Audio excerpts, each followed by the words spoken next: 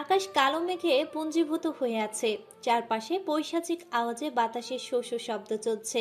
কয়েকটা নামনা পাখি ডানা ছাপটিয়ে উদাস ভঙ্গিতে কালো আকাশে ঘুরে বেড়াচ্ছে। অদ্ভুত একটা স্তব্ধ পরিবেশ, মানুষজন যেন নেই আশেপাশে। গাড়ির কোলাহল আজ কটা দিন যাবৎ একেবারে কমে গেছে। মাটির নিচে 4 দিন আগে শুয়ে পড়া মানুষটির কতটা যন্ত্রণা হচ্ছে তা কেউ জানে না। আত্মহত্যা মানে ইহকাল পরকাল দুকালেই নিজেকে হত্যা করা। মানুষ মৃত্যুর পরবর্তী জীবন সম্পর্কে জানলেও বিভৎস রূপ সম্বন্ধে খুব অল্প জানে। মাটির নিচে শ্রেয়ার এখন ইসলামিক পরিভাষায় আযাব হচ্ছে, নয়তো হিন্দু শাস্ত্র মতে স্বর্গ বা নরকে স্থান পেয়েছে। শুষ্ক ক্লান্ত ভারাক্রান্ত চক্ষু দুটোকে অশ্রুর পরিমাণ শুকিয়ে এমন অবস্থা হয়েছে এখন আর কাঁদে না সে। গায়ের সাদা শার্টটাও কাদায় মাখামাখি হয়ে অন্য বর্ণ ধারণ করেছে। কবরটা মাথার কাছে হরেক রকমের জিনিস সাজানো, যা এখন ঝিরিঝিরি বৃষ্টির কোন্দলে ভিজেছে।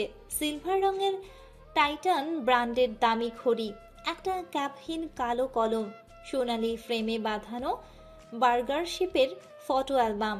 সেখানে দেখা যাচ্ছে 4টে হাসি খুশি প্রফুল্ল চিত্তের মুখ। কালো স্কার্ট, গোলাপি টপস ও সাদা ওড়না, গলায় পেঁচানো গোলাপ ফুলের মতো প্রাণবন্ত খিলখিল হাসির পাশে ভাবুক চিন্তিত ভাব মুখে পকেটে হাত গুজল সুন্দর তরুণটার পাশে এবং তারই কাঁধে কোনোই উঠিয়ে পোছ দিয়ে দাঁড়িয়ে আছে মিষ্টি মেদুর হাসিতে কুর্তি পরা মেয়ে। মেয়েটির বাম পাশে 2 হাতে বুকের উপর ভাঁজ করে দাঁড়িয়ে আছে আরেকটা হাস্যোজ্জ্বল চেহারার তরুণ। পেছনে ব্যাকগ্রাউন্ডে লেখা এসএসসি পরীক্ষার্থীদের বিদায় অনুষ্ঠান। অ্যালবামটার নিচে সেই ছবিতে থাকা খিলখিল হাসির মেয়েটা, সাদা ওড়নাটা রাখা, যা 4 দিনের কাদায় প্রায় নষ্ট হয়ে গেছে। কবরটার চারদিকে ছোট ছোট গর্ত খুঁড়ছে আইমান। সেই সাথে বস্তা ভর্তি কিছু জিনিসপত্র এনেছে, তাও কোত্থেকে যেন সংগ্রহ করে। নিজ হাতে কবরের চতুর্পাশে নরম মাটির গর্তগুলোতে ঢুকিয়ে দিচ্ছে নানা প্রকার চারা গাছ। কয়েকটা গাছ গোলাপ ফুলের, কিছু গাছ বেলি ফুল, রক্তজবা, শিউলি, পাতাবাহার ও রজনীগন্ধা। সবগুলো চারা গাছ মাটিতে গুজে মাথার কাছে আরেকটি গর্ত খুলল, তবে সেটা ছিল কিছুটা বড়। মাটিতে হাঁটু গুটিয়ে সেই গর্তে এতক্ষণ সাজিয়ে রাখা জিনিসগুলো এক এক করে রেখে দিচ্ছে। প্রতিটি জিনিস রাখার পূর্বে একবার করে বুকে জড়িয়ে শান্ত ভঙ্গিমায় চুমু খেয়ে গর্তে পুরে ফেলছে। তারপর মাটি চাপা দিয়ে সোজা হয়ে দাঁড়িয়ে কবরটার মাথার দিকে কতক্ষণ চেয়েছিল, যেন শ্রেয়ার মুখটা সে মাটির নিচেও হাস্যোজ্জ্বল দেখতে পাচ্ছে। শ্রেয়া যেন বলছে, কি রে ইবলিশ, এইভাবে তাকিয়ে আছিস কেন? আমাকে দেখে কষ্ট হচ্ছে? চিন্তা করিস না রে, আমি বেঁচে থাকলে কখনো তোর মুখোমুখি হতে পারতাম না। তুই তো আমাকে ভীতুই ডাকতি, কিন্তু দেখ আজ আমি সত্যি ভীতুর পরিচয় দিয়ে দিয়েছি। তুই আমাকে প্রতিদিন দেখতে আসবি। জানিস, মাটির নিচে থেকেও আমি তোকে দেখতে পাই, কিন্তু কথা বলতে পারি না। কিন্তু কি যে কষ্ট হয়। তোকে অনেক ধন্যবাদ আইমান। পাশে কতগুলো সুন্দর গাছ লাগিয়ে দিয়েছিস। আমার আবজাবটা সম্ভবত মাফ হবে না রে।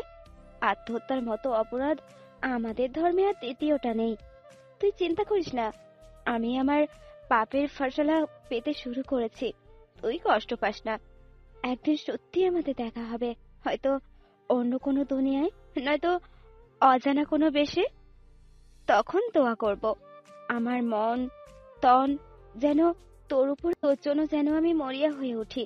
তোর মতো বিশ্বস্ত একজন মানুষকে যেন ভালোবাসার সৌভাগ্য নিয়ে জন্মাতে পারি। যদি কখনো সম্ভব হয় আমাকে মাফ করে দিস। আমাদের আবার দেখা হবে আইমান। আমি আইমান শিকদারকে কখনো ভুলবো না। আইমান লুটিয়ে পড়ল আবার মাথা নুয়ে কবরটার পাশে, মুখ দুহাতে ঠেকে কাঁদতে লাগলো। সময়কে যত নিষ্ঠুর ভেবেছে, ভাগ্য এর চেয়েও নিষ্ঠুর। মানুষ যা চায় তার ভাগ্য করে পায়, নয়তো সে ভুল করে হারায়। ভোরের আকাশটা ধূসর বর্ণে ছেয়ে আছে। আকাশের মতিগতি জানান দিচ্ছে 2 দিন বিরতির শেষে বৃষ্টি আবার হামলা দিবে। হোয়াইট টি শার্ট ও ব্ল্যাক ট্রাউজার পরে বারান্দায় দাঁড়িয়ে আছে পূর্ব। সে 2 হাতের 2টা ডাম্বেল নিয়ে ক্রমাগত বাহুর বাইসেপ ও ট্রাইসেপ পেশির ব্যবহার করছে। কপালের উপর থাকা চুলের ফাঁকে ফাঁকে সূক্ষ্ম ঘামের কণা, গলার দিকটা লাল হয়ে ঘেমে আছে, টি শার্টও প্রায় ঘাড়মাত্ম অবস্থা। ইদানিং খুব ভোরে উঠে পূর্ব, ফজরের আজান দেওয়ার কিছু সময় আগেই সে অন্ধকার রাস্তায় বেরিয়ে পড়ে। কখনো জগিং বা কখনো ওয়াকিং এর ওসিলায় সময়টা নীরবে কাটাতে কানের আজানের ধ্বনি বাজে। মসজিদের দিকে যাত্রা ধরে, নামাজটা ওখানে শেষ করে শূন্য দৃষ্টিতে চলে যায় মসজিদের অপোজিটে। লোহার গেটটায় বড় বড় অক্ষরে লেখা গোরস্থান। পূর্বের ধীর গতিতে পা দুটো সন্তর্পণে কাঙ্ক্ষিত জায়গার কাছে চলে আসে। নীরবে কিছুক্ষণ তাকিয়ে থেকে ওখানকার কর্মচারীর কাছ থেকে ঝাড়ু এনে কবরটার চারপাশে সে পরিষ্কার করে। এটা তার নিত্যদিনের কর্ম। একদিন দারোয়ান এসে কৌতূহল মেটাতে পূর্বকে বলে বসে, পূর্ব ভাই, হে কি অন্যের কাছের কেউ? পূর্ব গম্ভীর ভঙ্গিতে জবাব দেয়, যেটা ইদানিং সে পূর্ণতা বাদে সবাই সাথেই করে। বোন হয়, রক্তের সম্পর্ক ছাড়া বোন। ছোট ছোট চারা গাছগুলো ধীরে ধীরে বড় হলেও তা যেন একটু জলদি বৃদ্ধি পাচ্ছে।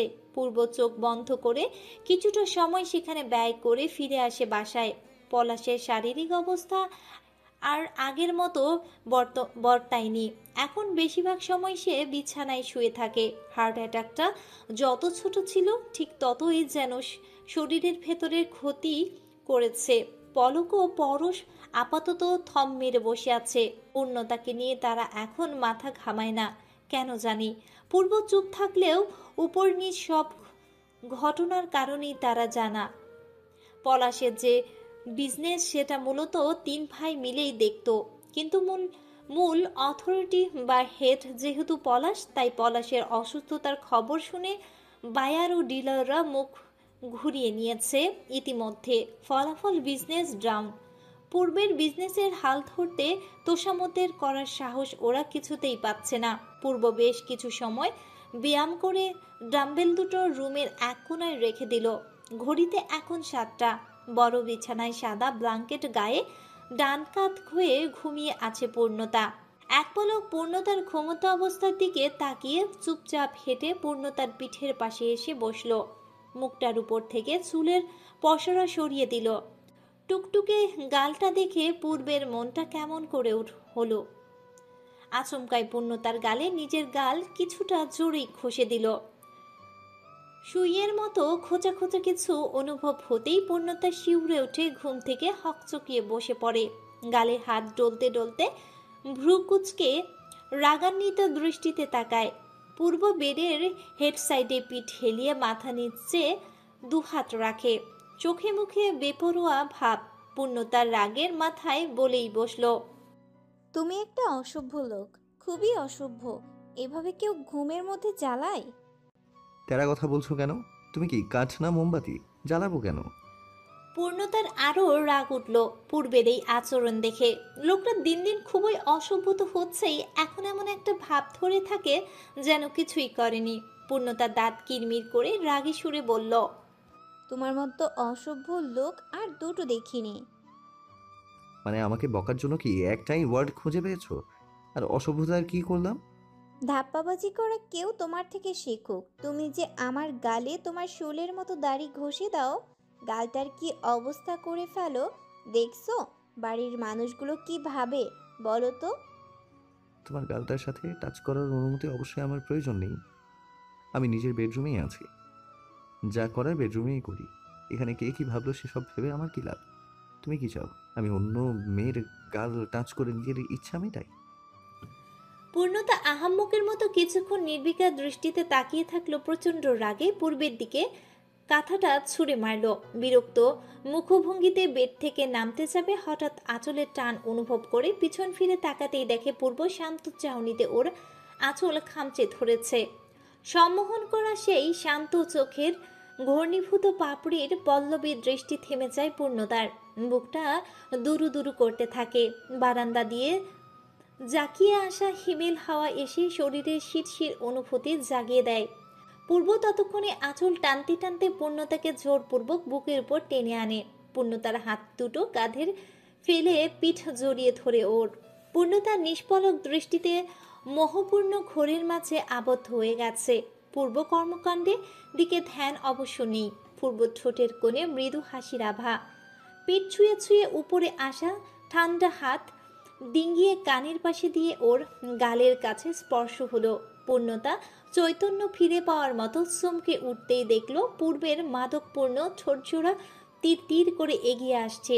আচমকা ওর কাঁধে ভর দিয়ে পূর্বকে ঠেলে দিতে চেষ্টা করে, কিন্তু লাভ হয় না। পূর্ণতার তার আপত্তির ব্যাপারটা বুঝতেই হেসে ফেলে পূর্ব। হাসতেই নিঃশ্বাসটা পূর্ণতার উপর ফেলে ওর চোখ জোড়া সাময়িক স্থিতিতে বন্ধ করে ফেলল। আমি তো তোমাকে ছাড়া আর কাউকে এতটা কাছে আনার স্পর্ধা দেখাতে পারবো না পূর্ণ। তুমি আমার কাজে বিরক্ত হচ্ছ, ব্যাপারটা খুবই আনএক্সপেক্টেড। আমি কি তোমার সাথে জোর জুলুম করছি? আমি তোমাকে দূরে রাখতে পারবো না বলেই চট করে বিয়েটা করে ফেলেছি। দেখো, চাইলে তো প্রেমটা করতে পারতাম না। আমি কিন্তু লুকোচুরি করেই তোমার জন্য টাইম বের করতাম। ব্যাপারটা আমার কাছে সস্তা লাগে পূর্ণ। যদি তোমার উপর অধিকার খাটাতে নাই পারি, তাহলে এসব উদ্কো ফাউল প্রেম করার মানে কি? ঘোর দৃষ্টিতেই পূর্ণতা অপ্রসন্ন কণ্ঠে বলল, আমি কি তোমার কোনো কাজে বাধা দিতাম? এটাই তো সমস্যা। বিয়ের আগে আমাকে বাধা না দিলে আমি যে বেহায়া হয়ে যেতাম। ওই মুহূর্তে তুমি শুধু আমার ইশারায় ঘুরতে। আমি যদি কন্ট্রোল হারিয়ে অন্য কিছু করে ফেলতাম, সেটা কি ঠিক হতো? এখন তো বিয়ে করেছি, তুমি না চাইলেও অদৃশ্য একটা জোর বা অধিকার আমি সত্যি খাটাই। কিন্তু সেটা তো কেবল তোমার উপর। তুমি বলো পূর্ণ, আমার কি করা উচিত? তুমি এই সুন্দর সুন্দর দুটো গাল নিয়ে কি মিষ্টি করে ঘুমাও, আর আমি সব কাজ ফেলে দূর থেকে তোমার ওই মুখটাই দেখি। গাল দুটো ধরে আমার কি করতে ইচ্ছে করে সেটা তো তুমি জানো না। এই যে এখন কত ইচ্ছে করছে একটু আদর টাদর করি, কিন্তু হামেশার মতো তুমি ধাক্কা মেরে সরাও। মাথা কি নষ্ট হয়ে গেছে? সকাল সকাল কি হাবিজাবি প্রলাপ বকছো? পূর্ব কিছুক্ষণ অপলক দৃষ্টিতে তাকিয়ে থেকে পূর্ণতাকে সরিয়ে উঠে দাঁড়ালো। পূর্ণতার ওর এহেন কাজটা ঠিক করতে পারল না। এই অসভ্য ফাজিল বেয়াদব লোকটা কখনো এত কাছে টেনে কিছু না করেই এত সহজে ছেড়ে দিয়েছে তা যেন স্বপ্নেও ভাবা যায় না। পূর্ব কি রেগে যাচ্ছে? পূর্ণতা গুটিসুটি ভঙ্গিতে বিছানায় এখনো বসে আছে। পূর্ব আলমারির এক দ্বার খুলে শার্ট বের করে, আর চোখে পূর্ণতার পিটপিট চাহনি লক্ষ্য করে ব্যস্ত ভঙ্গিতে বলে ওঠে, আমি আর কখনোই যেচে যেচে তোমার কাছে যাব না। তুমি নিজে যদি আমাকে চাও তবে বাধা দিব না, কিন্তু শুনে রাখো, আমি নিজ থেকে ভুলেও তোমার হাতটাও ধরবো না। কথাগুলি শুনে পূর্ণতার ইচ্ছে হলো এক্ষুনি এই মুহূর্তে দৌড়ে গিয়ে পূর্বের অভিমান গুড়িয়ে চুমু দিতে, কিন্তু সে সুযোগটা পূর্ব তার দিল না। গলায় টাওয়াল ঝুলিয়ে ওয়াশরুমে চলে গেল সে। ঠাই বসে রইল পূর্ণতা বিছানার দিকে তাকিয়ে। শ্রেয়ার মৃত্যুর পর কয়েকটা দিন পেরিয়ে এখানকার অবস্থা স্বাভাবিক হলো ঠিকই, কিন্তু আইমানের অবস্থা আরও দুর্দশাপূর্ণ ন্যস্ত হচ্ছে। এরই মধ্যে ইয়ার ফাইনাল পরীক্ষার দুটো সাবজেক্ট ইমপ্রুভ দেওয়া লেগেছে ওর। পড়াশুনো দিন দিন গোল্লায় যাচ্ছে আইমানের, সেটা চোখের সামনে দেখতে পাচ্ছে সে। অদ্ভুত কোনো কারণে পূর্বের সাথে ঠিক করে কথা বলতে পারে না পূর্ণতা। সারাটাক্ষণ শ্রেয়ার সাথে কাটানো স্মৃতিগুলো নিয়ে ভাবতে থাকে।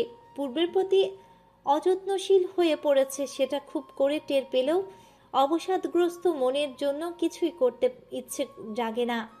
নাস্তার টেবিলে সবাই একসঙ্গে খেতে বসেছে। পূর্ব চুপচাপ খাওয়া শেষ করে ড্রাইভারকে নিয়ে বেরিয়ে পড়ে। আজ ওর দলের সাথে জরুরি একটা তলব আছে। পূর্ণতা অনেক চেষ্টা করেছে দৃষ্টি আকর্ষণের জন্য, কিন্তু অভিমান ভরা মনটা ওকে এখনোই মাফ করতে চাইছে না। ঢাবির আশেপাশে ছাত্রদের ভালোই তোড়জোড় দেখা যায় রাজনীতি নিয়ে। কেউ কেউ তর্ক করে নিজেদের দলকে উঁচু বানাতে এক পা পিছপা না। পূর্ব বর্তমান সরকারের আন্ডারে থাকা বহু এমপি, ডিসি, আইজিদের সাথে ওঠা বসা করে দেখে, অনেকের চোখেই সেটা হিংসাত্মক। যদিও তরুণ, তবুও কেউ ওকে অদক্ষ, অপক্ষ ও অক্ষম ভাবার মতো ভুল করে না। এ নিয়ে ওর দলের মধ্যে যারা সবচেয়ে প্রবীণ চারজন বা চৌমাথার উচ্চপদস্থ নেতারা আছেন, তাদের মধ্যে দুজন ডক্টর ইশাক হোসেন ও মাওলানা সিরাজুল ইসলাম পূর্বের চটান চটান কর্মে বড়ই নারাজ। রিলিফের নাম দিয়ে সরকারের কাছ থেকে মোটা অঙ্কের একখানা বাজেট হাতানোর ফোন দিয়েও পূর্ব কোনোভাবেই মানতে চাইছে না। যদিও পার্সেন্টের হিসেবে পূর্বকে বড় অঙ্কের টাকা দেওয়ার ওয়াদা করেছিল, পূর্ব মানেনি। সরকারি চাল ডালের যে হিসাব সেটা পূর্বের জন্য এদিক সেদিক করতে পারছে না। পূর্ব ঠিকঠাক সেগুলো ধরে ফেলে। মোট কথা, দলের কিছু মানুষ পূর্বকে গলা ধাক্কা দিয়ে বের করার জন্য নীল নকশা সাজিয়েছে। এখন তো সেটা বাস্তবায়নের পালা। ফুয়াদের দিকে তাকালে ফুঁসে ওঠে আফরিন। গায়ের চামড়া যেন আগুনের মতো দাউ দাউ করে জ্বলতে থাকে ওর। নাক দিয়ে খাবার নিতে নিতে ঘা হয়ে গেছে নাসাপথে। খেতেও পারে না। জীবন্ত লাশের মতো শুয়ে থাকা ফুয়াদ। আফরিনের হুট করেই মেজাজটা এত চড়া হলো যে হনহন করে সিঁড়িতে দাপুটে পা ফেলে পূর্ণতার রুমে অনুমতি ছাড়াই ঢুকলো। পূর্ণতা তখন গোসল শেষ করে বারান্দায় কাপড়গুলো নাড়ছিল। হঠাৎ পেছন থেকে কারো আসার আওয়াজ হতেই সে ঘুরে দাঁড়ালো। অমনি অচিন্তনীয় একটা কাণ্ড করলো আফরিন। কষে এক থাপ্পড় মেরে দিল পূর্ণতার গালে। পূর্ণতার চোখ খিচে মেরে মাথা নুয়ে চুপচাপ স্তব্ধ ভঙ্গিতে দাঁড়িয়েছিল। কিন্তু আফরিন যেন রাগ না ঝেড়ে পারল না। তোর মতো বেলাজগুলোকে দেখলে স্যান্ডেল মেরে পেটাতে ইচ্ছে করে। তোকে দেখলে বিশ্বাস কর, আমার মনটা চাই চুলের মুঠিটা ধরে দেওয়ালে ইচ্ছে মতো ঠুকে দিই। আজ তোর জন্য আমার বুকের মানিকটাকে এইভাবে পড়ে থাকতে হচ্ছে। কি করেছিলি তুই ওই দিন? বুকের আঁচল ফেলে লোভাতুর করেছিস নিশ্চয়ই।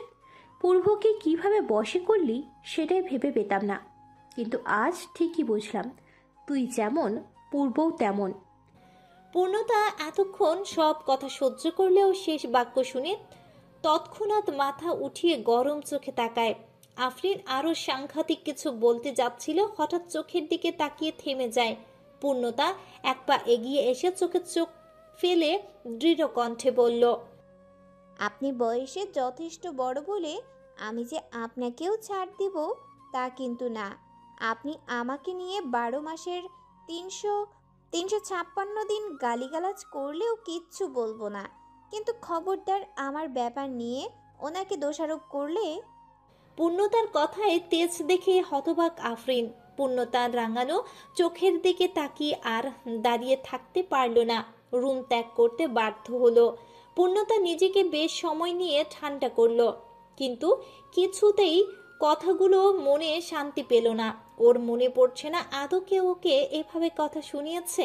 পূর্ণতা বিছানার উপর থেকে ফোনটা নিয়ে কল করলো পূর্বকে। আজ এই ঘটনার কথা ওকে শোনাবেই। আজকের কথাগুলো অতি মাত্রায় বিশ্রী এবং অশোভনীয়। পূর্ব গাড়ির পেছনের সিটে মাথা হেলে বসেছিল। হঠাৎ ফোনটা বাজতে থাকতে তাকিয়ে দেখে পূর্ণতা নামটা। হৃদয়ের মাঝখানে ঈষৎ কুঁচকে এলো। কলটা রিসিভ করে কানে এঁটে বলল, কি প্রয়োজন? কণ্ঠ শুনে এতক্ষণ যাবৎ গুছিয়ে রাখা কথাগুলো এলোমেলো করে ফেলল পূর্ণতা। আমতা আমতা করে বলল, আমি জানি না। জানি না তো, কল করছো কেন? আমি একটু তোমার ওখানে আসি। আজব তো, কত বড় সাহস তোমার! তুমি জানো না আমি তোমাকে নিয়ে স্বাভাবিকভাবে বের হই না? আজ একটু দরকার যে একটু আসি। আমাকে তো কেউ চিনে না, সালোয়ার কামিজ পরে আসলে নিশ্চয়ই তোমার ওয়াইফ ভাববে না? তুমি আমার সামনেও আসবে না। প্রলয়ে কেঁপে উঠল পূর্ণতা। মিনমিন করে আবার বলে উঠল অপ্রস্তুত কণ্ঠে, আমার খুব অসহ্য লাগছে পূর্ব, সেদিনের মতো অসহ্য যেদিন তোমাকে এতগুলো কল করেও পাশে পাইনি। আমি কি তোমার কাছে দিনের বেলায় একটু স্পেস পাবো না? ধরা গলায় কথাগুলো শুনতেই ওপাশ থেকে অদ্ভুত লাগলো পূর্বের। বাসায় কি আবার ওকে কিছু বলল নাকি? চাচির কটু কথা সময়ে অসময়ে মাথা চাড়া দিয়ে ওঠে।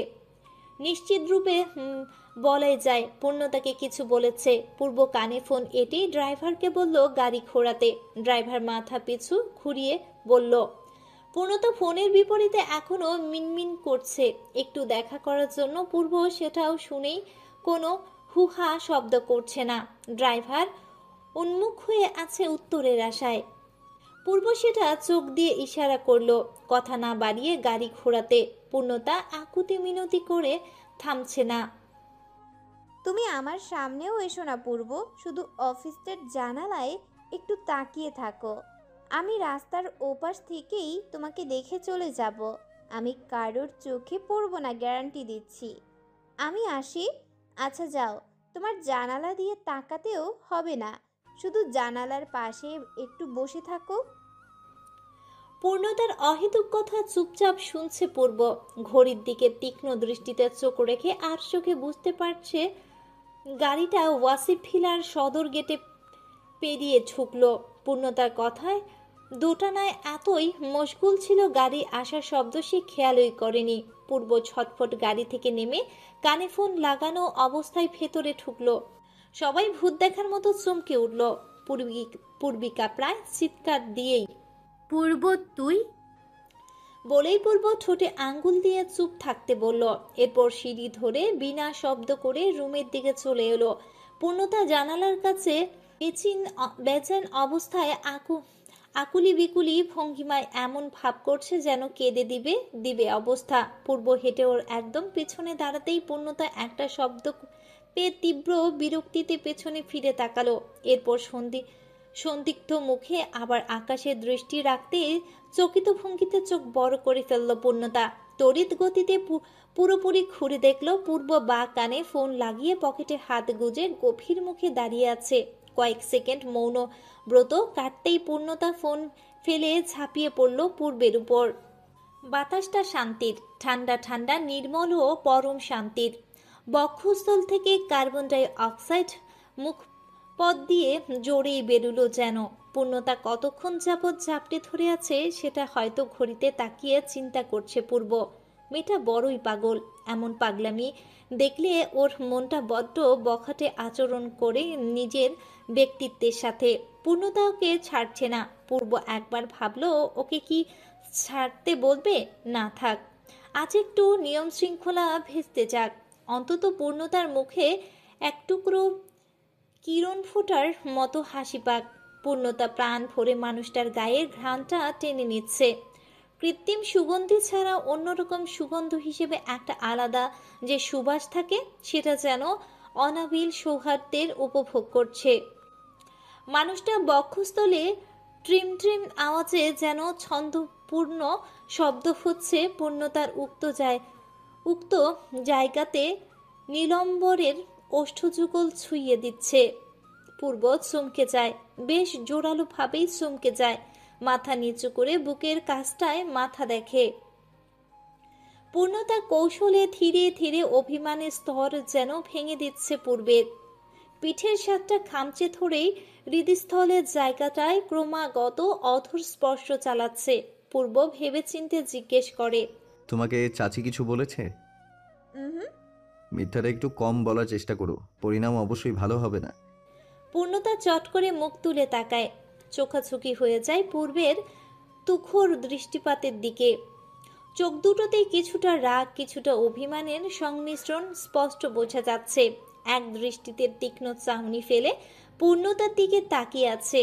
শুকনো গলায় ঢোক গিলল পূর্ণতা। একটু হুঁশ হলে খেয়াল করলো পূর্ব ওকে বিন্দু মাত্র না ছুঁয়ে পকেটে হাত গুজানো অবস্থাতেই দাঁড়িয়ে আছে। অজানা লজ্জায় হাতের বাঁধন আলগা করে পূর্বকে ছেড়ে মাথা নুয়ে দাঁড়িয়ে থাকলো পূর্ণতা। দারুণ বিপাকে পড়েছে সে পূর্বকে হুটহাট সামনে পেয়ে। তার উপর যেই দৃষ্টি দিয়ে তাকিয়ে আছে সেই দৃষ্টিকোণ চোখ রাখতে বুকটা কামড়ে উঠছে। পূর্ব গম্ভীর প্রকৃতিস্থ কণ্ঠে বলল, একা থাকার অভ্যাস আছে? চকিত দৃষ্টিতে মুখ তুলে পূর্ণতা অবাক কণ্ঠে বলল, কেন? যেটা জিজ্ঞেস করা হয়েছে সেটার জবাব দাও। পারি। আমি আগে একা একটা ফ্ল্যাটে থাকতাম। মা হাসপাতালে চলে গেলে বাবাও সকাল সকাল অফিসে চলে যেত। তার মানে একা থাকতে সমস্যা নেই, তাই তো? কিন্তু কেন? লাগেজ গুছাও। পূর্ণতা হকচকিয়ে চেঁচিয়ে ওঠে, কি? বাংলা ভাষায় বলেছি লাগেজ গুছাও। আর একটা বাড়তি কথাও বলতে যাবে না। লাগেজ রেডি করো, আমি মমিনকে পাঠাচ্ছি। পূর্ব একই ভঙ্গিতে নাকের টোকায় গভীর ভাবার্য রেখে রুম থেকে বেরিয়ে গেল। পূর্ণতা অবুঝের মতো কিছুক্ষণ তাকিয়ে থেকে নির্দেশ মোতাবেক লাগেজ গুছিয়ে রেডি করতেই পূর্বের ড্রাইভার মমিন এসে সেটা নিয়ে গেল। পূর্ব কি করতে চাইছে, কি তার মুখ্য উদ্দেশ্য, কিছুই বোঝা সম্ভব হচ্ছে না। পূর্ণতা সিঁড়ি দিয়ে নিচে নামতেই দেখলো পূর্ব সোফায় বসে পায়ের উপর পা তুলে সাহেবীপনায়ের মতো বসে আছে। মুখের অবস্থা অবর্ণনীয়, ছিটে ফোটা হাসি নেই, হাসতেই পারে না এমন কাঠিন্য মুখ করে রেখেছে সে। হঠাৎ অচিন্তনীয় কাজ করে বসলো পূর্ব। সবাইকে চিল্লিয়ে জড়ো করে আফ্রিদকে সকলের সামনে বলে উঠল, আপনাকে কাজকর্ম নেই চাচি? সমস্যা কি আপনার? নিজেকে থার্ড ক্লাস প্রমাণ করার জন্য কেন ঝামেলা করছেন? জোবান সামলে কথা বলবে পূর্ব। বড়দের সম্মান করতে না জানলে একদম চুপ থাকবে। এদিকে সম্মান শব্দটা আসলো কেন? সম্মান কি ধুয়ে ধুয়ে পানি খাবো? আমি কিন্তু চুপ থাকবো না বলছি। চুপ করো। তিরিক্ষি মেজাজের সুরে পূর্বের রাগ দ্বিগুণ বাড়িয়ে দিল। পাশ থেকে পরশ আফরিনের পক্ষ ধরে খেকিয়ে বলল, তুমি এই দুদিনের মেয়ের জন্য আমাদের সাথে ঝগড়া করছো? লজ্জা হওয়া উচিত। রাজনীতি করেও বউদের নীল নকশা ধরতে পারছো না, ছি। আজ পূর্ণতা শত ইশারা করে পূর্বকে আটকাতে পারল না। পূর্ব ভীষণ রাগে কাচের টেবিলে এমন লাথি মারল, সমস্ত গ্রাউন্ড ফ্লোরে সেই ঝংকার শব্দ সবাইকে শিউরে দিল। রুম থেকে ছেলের বাজখাই গলার আওয়াজেও অদ্ভুত একটা শব্দ শুনতেই নার্সের সহযোগিতায় নিচে নামলেন পলাশ। এসেই দেখলেন সবাই গোল হয়ে দাঁড়িয়ে আছে, আর কেন্দ্রস্থলে পূর্ব দাঁড়িয়ে রাগে ফোঁসফোঁস করছে। পূর্বিকা আয়শাকে ধরে রেখেছে আপাতত। পূর্বের রাগের বেলায় কেউ ওকে বোঝাতে গেলে উল্টো ভয়াবহ তেজে খেপে যায়। পূর্ণতা চুপচাপ নত মাথায় পূর্বের কাছ থেকে কয়েক হাত দূরে দাঁড়িয়ে আছে। যাতা ব্যবহার ও অলক্ষণীয় ঝগড়ার নিজেকে প্রচণ্ড অপরাধী ভেবে চোখের পানি ফেলছে। ফ্লোরের লাঠি ঠকঠক করে এগিয়ে আসলো পলাশ। লাঠির আওয়াজে সবাই মুখ ঘুরিয়ে, এমনকি পূর্বের সচকিত চাহনি দেখলো বাবা এগিয়ে আসছে। রোগাক্রান্ত পলাশ ডান হাতের লাঠি ধরে বাঁ হাতে কেয়ারটেকারের সাহায্যে নিয়ে ঠিক পূর্বের সামনে এসে দাঁড়ালো। ছেলে উনার ভয়ঙ্কর ভাবে রেগে আছে তা উনি বুঝে গেছে ইতিমধ্যে। কেয়ারটেকারকে ছেড়ে বাম হাতটা পূর্বের কাঁধে ফেললেন পলাশ। ছেলেকে নিজের দিকে দৃষ্টি আকর্ষণ করিয়ে নম্র কণ্ঠে বলে উঠলেন, আমি কি বেঁচে নেই তোর কাছে? মরে গেছি? অসম্ভব, কি বলছো এগুলো? তাহলে তুই আফরিনের সাথে এমন ব্যবহার করলি কেন? আমি তোকে এগুলো শিক্ষা দিয়েছি? আব্বু, তুমি যা জানো না তা নিয়ে কথা বলো না। ঘটনা আমাকে বলাটা উচিত না। আমাকে না বলে বাড়ি থেকে চলে যেতে চাচ্ছিস কেন? তুই গেলে হয়েছে সেটা বল বল। পূর্ব স্থির দৃষ্টিতে পলাশের দিকে তাকিয়ে পূর্ণতার দিকে ডান হাতের তর্জনী আঙ্গুল ইশারা করলো। আর চোখে পূর্বের আঙ্গুল নিজের দিকে পড়তেই পূর্ণতার চকিত দৃষ্টিতে কেঁপে উঠে ভেজে সিক্ত মুখখানা উপরে তুললেন, সাথে সাথেই নিচে নামিয়ে ফেলে। পলাশ পূর্ণতার দিকে সরু দৃষ্টিতে চোখ ছোট রেখে কি যেন গভীরভাবে নিরীক্ষণ করলো। এরপর আফরিনের দিকে তাকিয়ে বলল, তুমি ওকে মেরেছো আফরিন? আফরিন থতমত খেয়ে চোখ নিচু করে কাচুমাচু করতে থাকে। পলাশ 2 মিনিট উত্তরের আশায় তাকিয়ে থেকে মুখ ঘুরিয়ে আবার পূর্ণতার মলিন মুখটার দিকে তাকায়। পূর্ব এখনো এক দৃষ্টিতে চেয়ে আছে বাবার কীর্তিকলাপের দিকে। পলাশ যদি এই মুহূর্তে না আসতো তাহলে বিরাট অঘোর কাজ পূর্ব করেই ফেলতো। পলাশ নীরবতার জালে ছিদ্র বহন করে বলল, তুই কি বাড়ি থেকে চলে যেতে চাচ্ছিস? কি করব? পথ আছে কোনো? ওকে তো আমার শান্তি দেয়া লাগবে আব্বু। ওনাদের মতো বিজ্ঞ মানুষের নিকৃষ্ট আচরণ দেখলে আমার নিজেরই গা পিত্তি জ্বলে ওঠে। তুই গেলে সব ঠিক হবে, বল। শতজিৎ উঠলেও আমি ওর ওপর হাত তুলি না। উনি কোন সাহসে হাত উঠালো? এই অধিকার কে দিয়েছে ওনাকে? নরকতুল্য জায়গার চেয়ে রাস্তায় খেকো কুকুরের কাছে থাকা ভালো। ওকে দরকার পড়লে আমি পাতালে লুকিয়ে রাখবো, তবুও এই বাড়িতে আমি একটা সেকেন্ড থাকতে দিব না। এই পূর্ণ, চলো। পূর্ব শক্ত চোয়ালের আর একটা শব্দ বলল না। পূর্ণতার কবজি ধরে ওকে টেনেই নিয়ে যেতে লাগলো বাইরে। দরজার বাইরে যেয়ে পা দিবে, আবারও মুখ ঘুরিয়ে কঠোর চাহনিতে একে একে সবার দিকে চেয়ে বলে উঠল, বাড়ি ছেড়ে যাচ্ছি, দুনিয়া ছেড়ে না। আমার আব্বুর সাথে যদি 19-20 হয়, সবাইকে জবাই করব, একেবারে জবাই করব। আমি কাউকে ছেড়ে দেওয়ার মনুষ্যত্ব নিয়ে জন্মাইনি, ভুলো না যেন। পা চালিয়ে হনহন করে চলে যেতে লাগলো পূর্বিকা। বহুবার পূর্বকে হাঁক ছেড়ে থামতে বলে। আজ পূর্বের হাঁটার গতি ছিল যেন অদ্ভুত। পূর্বিকা দৌড়ে লন পেরিয়ে পার্কিং সাইটে এসে হাঁপাতে হাঁপাতে বলে উঠল, ভাই প্লিজ থাম। পূর্ব প্লিজ, রাগের মাথায় সিদ্ধান্ত নিস না। তুই আমাদের ছেড়ে কোথায় যাবি? পাগল হয়েছিস? আফরিন চাচির জন্য তুই কেন যাবি? পূর্ব কঠোর মুখে ড্রাইভারকে গাড়ি থেকে সরে যাওয়ার ইশারা করতেই পূর্ণতার জন্য গাড়ির দরজা খুলে দেয়। পূর্ণতা আকুল চাহনিতে পূর্বিকার দিকে তাকিয়ে আছে। পূর্বিকা কত জোরাজোরি করছে, কত আকুতি মিনতি করছে না যাওয়ার জন্য, কিন্তু ফলাফল একেবারেই শূন্য। পূর্ণতাকে দরজায় ধরে দাঁড়িয়ে থাকতে দেখে ড্রাইভিং সিট থেকে এক ধমক দেয় পূর্ব। পূর্ণতা আরেক দফায় চমকে উঠে ভয়জনিত উৎকণ্ঠায় সিটে বসে দরজা লাগিয়ে দেয়। পূর্বিকা দৌড়ে এসে পূর্বের জানালায় নিষ্পলক তাকিয়ে থাকে। পূর্ব স্টিয়ারিংয়ে হাত রেখে গাড়িতে চাবি ঢুকাতেই বলে ওঠে, থাপ্পড়টা ইনডাইরেক্ট তোর ভাইয়ের ওপরই মেরেছে আবি। তুই যে বোকার মতো চুপ করে থাকবি সেটা আমি সত্যি আশা করি। আমাকে মারলে তুই যেভাবে রুখে দাঁড়াতি পূর্ণর জন্য, সেটা তুই করলি না। রিজন কি জানিস? ও আজ মেয়ে বলে। শো করে গাড়ি ছেড়ে দিতেই পূর্বিকা নির্বিকার চাহনিতে গাড়ির পেছনের অংশটা দেখছে। আকাশটা সূর্যের জন্য পরন্ত বিকেলের মাধুর্যে ছেয়ে আছে। পূর্বের কালো এসইউভি গাড়িটা দৃষ্টিসীমানার বহু বাহিরে চলে গেছে। আজ এত কষ্ট হচ্ছে কেন? কি নিয়ে জ্বালা? আকাশের বেগুনি রংটা ধীরে সুস্থে কালো চাদরে ঠেকে গেছে।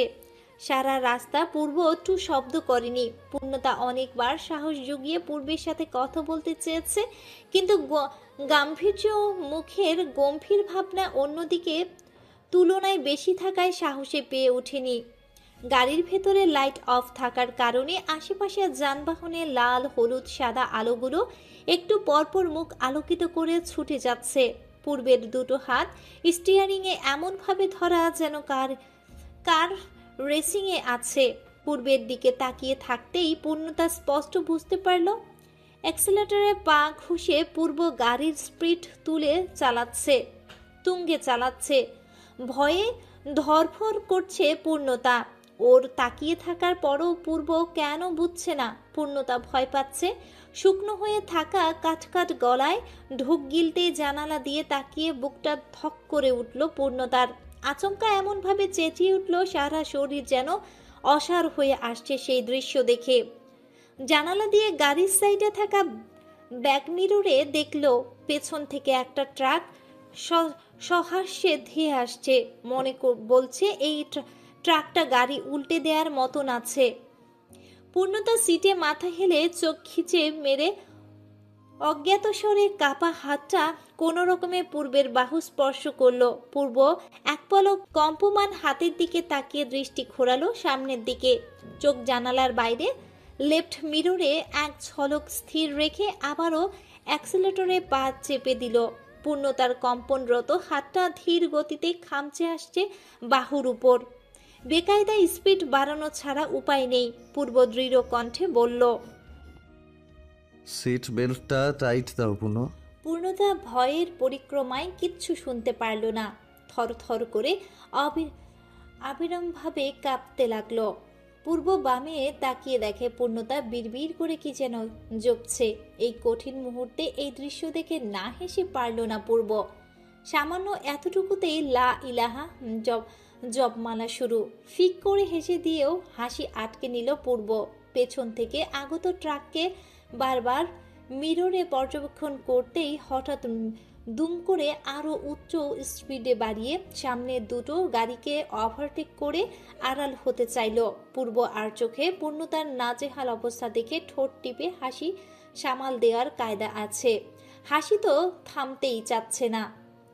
বহু কষ্টে নিজের ঠোঁটকে দাঁত চেপে হাসি আটকানোর ছোট্ট প্রয়াস করলো পূর্ব। অ্যাক্সিলেটরে পা হালকা করতেই স্পিড কমে যেতে লাগলো গাড়ির। শহরের বাইরে আসতে একটা নিরিবিলি জায়গার ভেতর গাড়ি পার্ক করলো পূর্ব। এই মেয়ে, চোখ খুলো, দেখো এসে গেছি। পিটপিট করে চোখের পাতা খুলতেই পূর্ণতা নিজেকে আলোয় আলোকিত করা সুন্দর শৃঙ্খ শৌখিন বাংলোর কাছে আবিষ্কার করলো। সদর গেটটা বিশাল বড় এবং পুরো এরিয়াটা যেন আলোকিত। কোনো কোলাহল নেই, সারা শব্দ নেই, মানুষের কোনো অস্তিত্ব নেই আশেপাশে, শুধু লম্বা লম্বা দম্ভ ভরে দাঁড়িয়ে থাকা অনেকগুলো গাছগাছালি।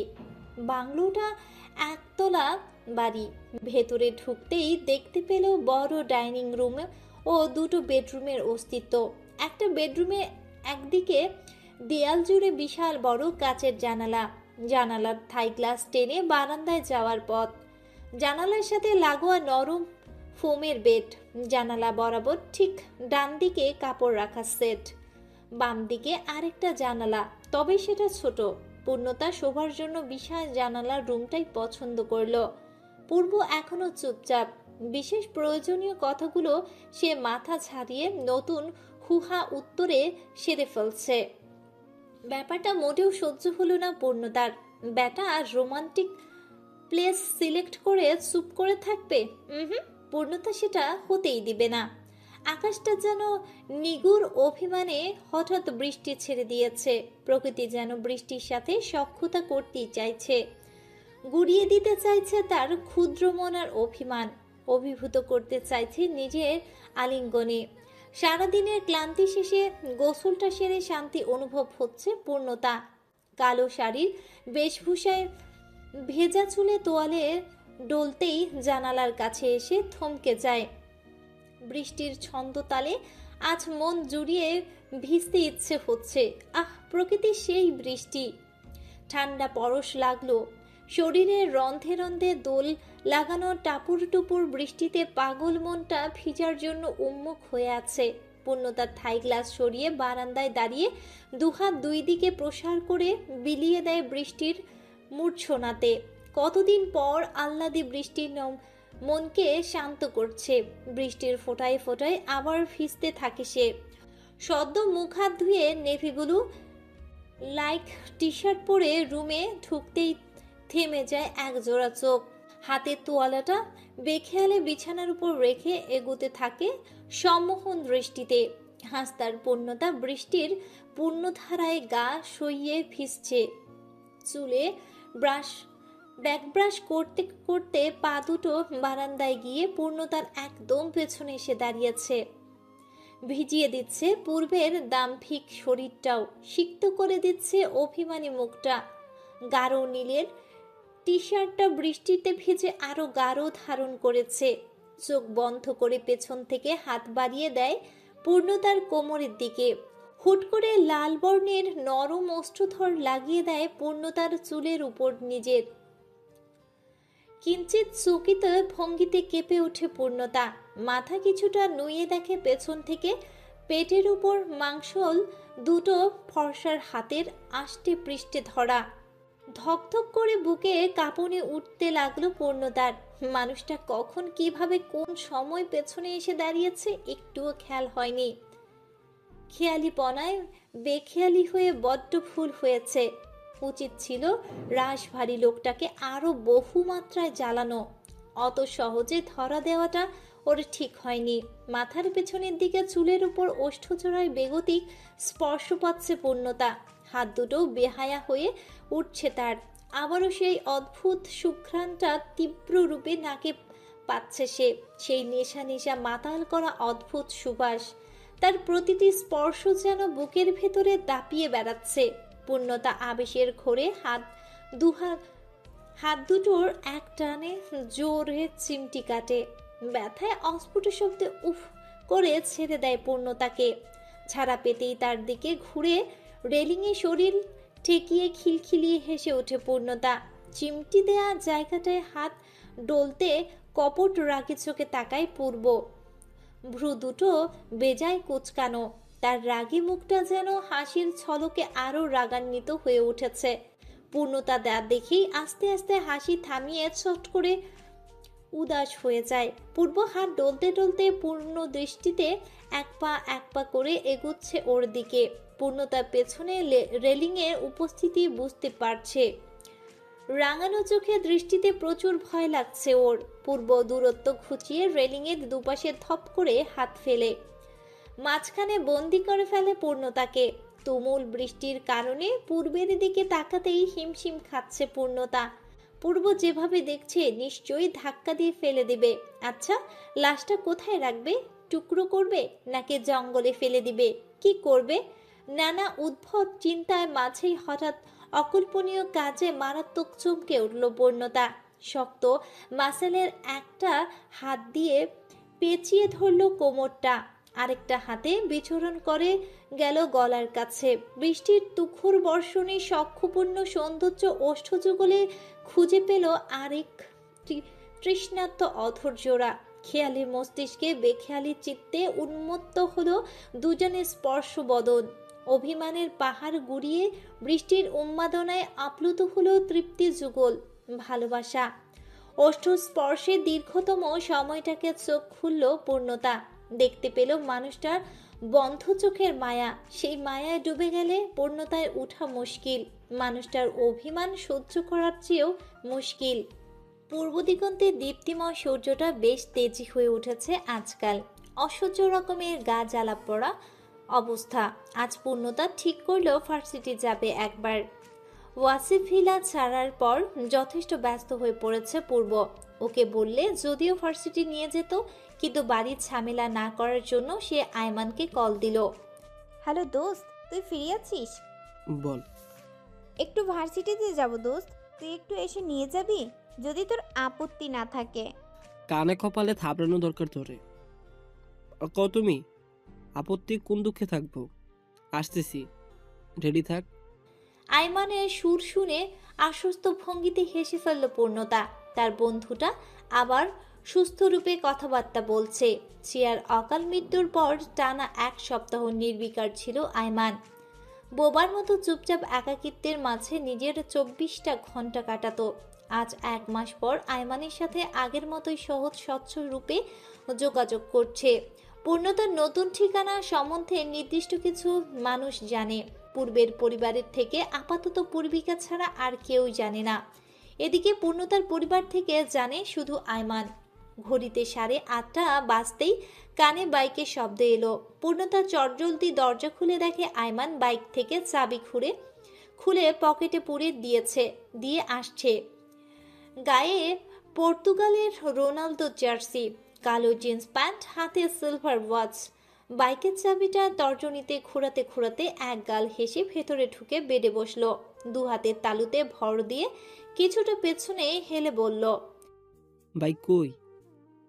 যেখানে থাকে। এমনে বলস কেন? সকাল 9টা না বাজতেই ফুরুত। ঠিকই আছে।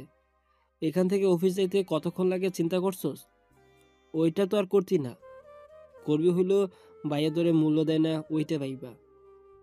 রেডি তুই? চল তাহলে। হ্যাঁ চল। পূর্ণতা ইলেকট্রিসিটির সবকিছু চেক করে বাড়ি নক করে বেরিয়ে পড়ল। আজ শাড়ি পরেনি পূর্ণতা। যেহেতু ভার্সিটিতে যাবে তাই নর্মাল সালোয়ার কামিজ পরে। গলায় ওড়না 1 প্যাচ দিয়ে সামনে ঝুলিয়ে নিয়েছে। চুলটা উঁচুতে ছুটি করে হাতে লেডিস ওয়াচ পরে বেরিয়ে পড়ল আয়মানের সাথে। 2 বন্ধু পুরো রাস্তা আড্ডায় ছলে ছলে পৌঁছে গেল ভার্সিটিতে। সবাই পূর্ণতাকে দেখে বেশ অবাক। আজ কতদিন পর পূর্ণতা ভার্সিটি এসেছে। এ নিয়ে পূর্ণতার কিছু ক্লাসমেটের রীতিমতো নানা প্রশ্ন দফায় দফায় করে ফেলেছে। আয়মান ক্লাস অ্যাটেন্ড করতে নিজের ডিপার্টমেন্টের দিকে চলে গেল। পূর্ণতাও ক্লাসমেটদের সঙ্গে ক্লাসে এসে বসল। ভার্সিটির সবাই জানে শ্রেয়া মারা গিয়েছে, তাই আগ বাড়িয়ে যেচে কেউ পূর্ণতার কাছে ওর কথা তোলেনি। ঐশী মেহতাজের সঙ্গে আপাতত পূর্ণতা বসেছে। টানা 3টা লেকচার অ্যাটেন্ড করতেই বিরক্তিতে যখন গা গুলিয়ে উঠল, তখন শ্রেয়া এসে তাগাদা দিয়ে বলল, এই পূর্ণতা না প্লিজ, আর কত ক্লাস করবি? তুই তো না পড়লেও পাস। প্লিজ বইন বের হ। আজ এই কথাগুলো ঐশী ও মেহতাজ বলে ফেলল। অনুনয় সুরে যখন তোষামত করতে লাগলো, তখন পূর্ণতা বাধ্য হয়ে ক্যান্টিনে এসে বসল। ছিমছাম গরনে পাতলা দেহের ঐশী, শরীরে হাড্ডি ছাড়া 1 ফোঁটা মাংস অস্তিত্ব আছে কিনা এটা নিয়ে বিরাট সন্দেহ আছে। চুরির সাইজ এতটাই ছোট, বাচ্চাদের হাতের সাইজ মিলিয়ে কেনা লাগে। অপরদিকে মেহতাজ এক কথায় রূপবতী, ঠোঁটে লিপস্টিক ও চোখে আইলাইনার ছাড়া বেরোনোটা যেন অসম্ভব। পোশাক সবসময় ওয়েস্টার্ন ধাঁচের থাকে বিধায় মাঝে মধ্যে দারুণ অস্বস্তিতে ফাঁসে পূর্ণতা। কাঁধের উপর রঙিন ফিতা দেখানোটাই যেন ফ্যাশন মেহতাজের। জামা এতটাই ফিটিং পরে যে পূর্ণতার বেশ লজ্জা লাগে। কোকের বোতলে স্ট্র ঘোরাতে ঘোরাতে ফোনের দিকে তাকিয়েছিল পূর্ণতা। হঠাৎ মেহতাজ চিকেন শর্মার এক কামড় দিয়ে চিবুতে চিবুতে বলল, বয়ফ্রেন্ড কল দিবে নাকি? ফোনের দিকে কি দেখছিস? পূর্ণতা স্ট্র ঘুরাতে থামিয়ে মেহতাজের দিকে তাকিয়ে মৃদু হেসে দিল। হাসি দিয়েই বলল, হবু বয়ফ্রেন্ড কল দেয় কিনা সেটাই দেখছিলাম। মেহতাজ থম মেরে তাকালো পূর্ণতার দিকে। টেবিলে কোনোই ঠেকিয়ে দুহাতে শর্মা ধরে এমন দৃষ্টিতে তাকিয়ে আছে যেন পৃথিবীতে এমন আশ্চর্যজনক কথা সে আর কখনো শোনেনি। তাড়াহুড়ো করে স্ট্রয়ে ঠোঁট গুজে এক টানে মেরে বলল, কি বয়ফ্রেন্ড আবার হবু হয় নাকি? কি বলছিস তুই? কথার মাঝপথে ছিদ্র করল ঐশী। ছেলে কি এখনো প্রপোজ করেনি? আমি তো শুনছি তোর নাকি চুটিয়ে প্রেম চলছে। তুই নাকি একটা ছেলের প্রেমে হাবুডুবুকে একেবারে সাইকো ছিলি। এটাই কি সে? কথার মাঝখানে ছিদ্র করল ঐশী।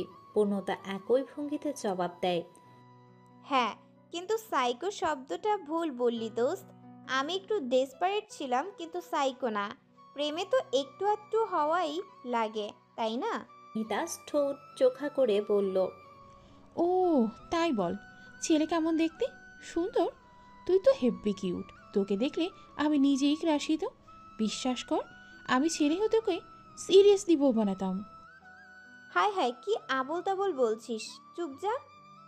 আরে সিরিয়াস, কিন্তু তুই তো ওয়াইফ ম্যাটেরিয়াল। যে তোকে বিয়ে করবে তার যে কি ভাগ্য। আমার একটা ভাই থাকলে তোকে অবভিয়াসলি ভাবি বানাতাম। তাই? হাসছিস কেন? আমি কিন্তু ফাজলামি করছি না। আস্তা দোস্ত, একটা কথা জিজ্ঞেস করি? বল বল, কথা চেপে রাখার স্বভাব অন্তত তোর না। আইমান কিন্তু খুব চেঞ্জড। পূর্ণতা, তোদের মধ্যে কি কিছু নিয়ে তোলপাড় হয়েছিল? ও না এখন অ্যাটিটিউড নিয়ে থাকে। আগের মতো কারোর সাথে আড্ডা ফাড্ডা দেয় না। জোর করলে বলে আমার এসবে টাইম নেই। How strange. আমি পুরোই টাস্কি। মেহতাজের সাথে ঐশীও সুর মিলিয়ে বলল, কথা সত্যি, কিন্তু আমি ওর সাথে কথা বলতে গেলেই আমাকে চিনেই না এমন ভঙ্গিতে চলে যায়। ও এমন করছে কেন? আই উইল বি প্রতিটা স্টুডেন্টের সাথে ওর যে খাতির, সেগুলো এখন একদমই নেই। পূর্ণতা চুপচাপ স্ট্রতে ঠোঁট চেপে দুজনের কথা শুনছিল। আয়মানের মতো মিশুক ছেলের জীবনে সবচেয়ে সুন্দর মিষ্টি স্মৃতিটা মাটির নিচে চলে গেছে, এ ব্যাপারে সবাই জানলেও গভীরতম সত্যটি আসলে কেউই জানে না। পূর্ণতা কোকের পরিমাণ আধা করতেই স্ট্র ছেড়ে বলল, সবচেয়ে কাছের বন্ধুটা চলে গেছে দোস্ত। আমাকে যতটা হাসি খুশি দেখছিস সবটাই কিন্তু আয়মানের জন্য। আয়মান নিজেকে যেভাবে সামলে নিয়েছে এটাই ওর জন্য পারফেক্ট। রাজীবের পর শ্রেয়ার মৃত্যুর জন্য যে আঘাতটা পেয়েছে এতে পরিবর্তন হওয়াটাই স্বাভাবিক। কথাগুলো শেষ করতেই টেবিলের উপর থেকে পূর্ণতার ফোনটা বাজতে লাগলো। ইংরেজি অ্যালফাবেটের শর্ট ফর্মে লেখা CPI। ঐশী মেহতাবের কৌতূহলের চোখে এখন পূর্ণতার ফোনের দিকে। তারাও শর্ট ফর্মের নামটা দেখে যথেষ্ট উৎকণ্ঠা বোধ করছে পূর্ণ রূপটা জানার জন্য। পূর্ণতা ওদের দিকে তাকিয়ে বলল, হবু মশাই দিয়েছে, শর্ট ফর্মটা বলা যাবে নি বুঝলি। আচ্ছা বস, আমি একটু আসছি। পূর্ণতা ফোনটা নিয়ে ক্যান্টিনের ডান কোনায় দিকে একটা খালি টেবিলের কাছে চলে গেল।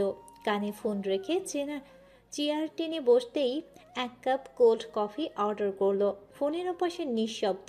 1 মিনিট 34 সেকেন্ড ওভার হয়ে যাচ্ছে। পূর্ণতা প্রচুর উৎসুক হয়ে আছে কণ্ঠটা শোনার জন্য। ঠোঁট কামড়াচ্ছে দাঁত চেপে। নীরবতা সহ্য করতে না পেরে পূর্ণতাই আগে বাড়িয়ে বলল, কমরেড সাহেব কি চুপ করে থাকার জন্য কল করেছে? এবার ওপাশ থেকে গম্ভীর সুরটা এলো, উফ, থাপ্পড় মারবো ওই নামে রাখতে বারণ করেছি না? আমাকে জানালে কি ভার্সিটিতে রেখে আসতাম না? পূর্ণতা জোর গলায় কিছু বলবে, হঠাৎ ওয়েটার বয় এসে কোল্ড কফি সার্ভ করে গেল। মগের হ্যান্ডেলে তর্জনীয় মধ্যমা আঙ্গুল পেঁচিয়ে কফিতে মৃদু চুমুক দিল পূর্ণতা। এরপর ঠান্ডা কণ্ঠেই বলল, তুমি ব্যস্ত ছিলে তাই বলিনি, এই জন্য আয়মানের সাথে ভার্সিটিতে এসেছি। লেকচার অ্যাটেন্ড করে ঠিকঠাক মতো বাসায় যাও, আর ফোনের দিকে তাকিয়ে থেকে সময় নষ্ট করবে না। আমি আর কল করব না, একটু ব্যস্ত। কেন এত দিমাগ কেন তোমার? আমার খোঁজ নিতে তোমার কষ্ট লাগে? এক কাজ করো না, তোমার দলের ওই হাইপারদের নেতারা আছেন, তাদের থেকে একজনের মেয়েকে চুজ করে বিয়ে করে ফেলো, ওখানেই সংসার করো, সমস্যা কি? যার বিয়ে যেখানে মৌকুফ সেখানে আরেকটা করলে তোমার তো সময়টা ভালোই কাটবে, ঠিক না? তুমি কি পা পিছলে মাথায় ব্যথা পেয়েছো? না তো পিছলাবো কেন? তুমি তো পারো না ফ্লোরের মধ্যেও ফোম বিছিয়ে দাও, পরে যে একটু ব্যথা পাবো সেটাও তো চান্স নেই। You are behaving like insane Purnota. বাহ, আমার নাম উচ্চারণ করে ধন্য করলেন জাহাপনা। আপনি তো বাইরে বেরুলে ভুলেই যান আপনি এখন বিবাহিত। আমার যে একটা সুন্দর নাম আছে, পূর্ণতা কবির বলেও ডাকতে পারেন।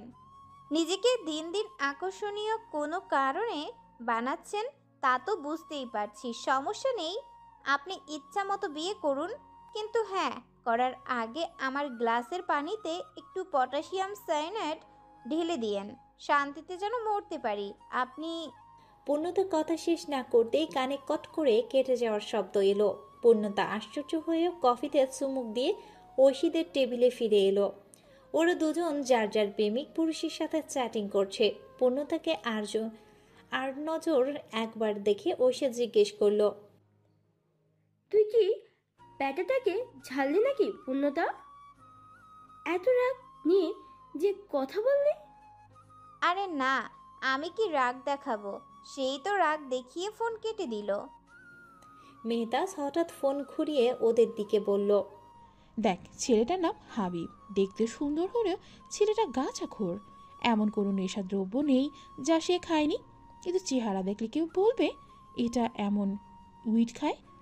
লিপও দেখ, একদম সাদামাটা, ভ্যানসন টানলেও তো কালো হওয়ার কথা, অথচ ঠোঁটের দিকে তাকালে সবাই ধাপ্পা খাবে। কত মেয়ের সাথে বেড শেয়ার করেছে, এটা মেবি কেউ বলতেও পারবে না। প্রচুর ধীরেঙ্গিবাজ ছেলে। পূর্ণতা ঐশীর ছবিটা ভালোভাবেই পর্যবেক্ষণ করলো, যাতে ঠিক তালে